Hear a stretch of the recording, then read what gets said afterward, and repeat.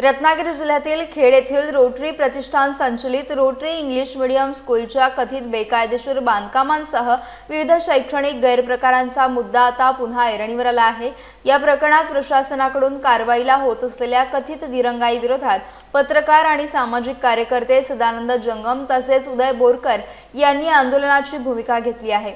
Rotary English medium स्कूलच्या बांधकामासंदर्भातील कथित अनियमितता आणि विविध पातळ्यांवरील शैक्षणिक गैरव्यवहारांबाबत संबंधित प्रशासनाने कायदेशीर कारवाई करावी अशी मागणी त्यांनी केली आहे। याच मागणीसाठी येत्या 2 ऑक्टोबरपासून सदानंद जंगम आणि उदय बोरकर उपोषणाला बसणार आहेत।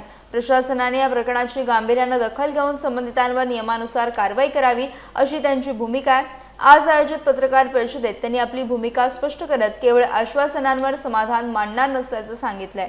कथित बेकायदेशीर बांधकाम आणि शैक्षणिक गैरप्रकारांबाबत कायदेशीर कारवाई होईपर्यंत उपोषणावर ठाम राहणार असा इशारा देखील त्यांनी दिला। त्यामुळे खेडमधील रोटरी स्कूलशी संबंधित या आरोपांवर प्रशासन आता नेमकी काय भूमिका घेणार, याकडे संबंधित प्रकरणात कोणती कारवाई होते याकडे सर्वांचे लक्ष लागलंय।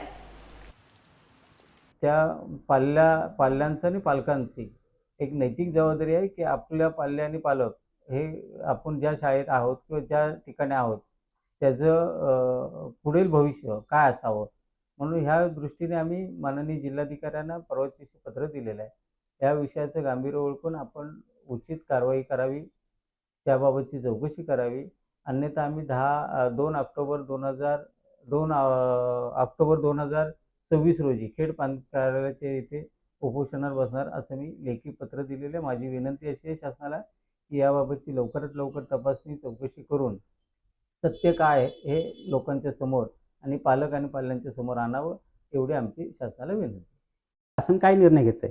पवित्र मानलं जाणारे शिक्षण क्षेत्रात सुद्धा रोटरी प्रतिष्ठान खेड ह्या संस्थेच्या संस्थाचालकांनी शासनाचा, पालकांचा, विद्यार्थ्यांचा विश्वासघात केलेला दिसून येत असल्याने या संदर्भात शासनाने योग्य भूमिका घेऊन या बाबतीत त्या 2200 मुलांचा जो प्रश्न आहे, भवितव्याचा प्रश्न, तो शासन निर्णय काढून तो सोडवावा।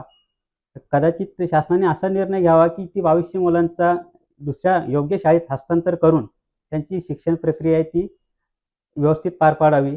आमचा प्रश्न हा फक्त त्यांनी केलेल्या गुन्हे किंवा ह्या संदर्भात असून त्यांनी मुलांचं भवितव्य कुठल्याही धोक्यात येऊ नये हे शासनाने याची जबाबदारी घ्यावी। ह्यासाठी आम्ही या आंदोलनाला आमचा पाठिंबा आहे आणि त्यात सहकार्य करणार असून आमचे सगळे मित्रमंडळी यांच्यासोबत, सदानंद जंगमांच्या सोबत या लढ्यात उतरणार आहोत।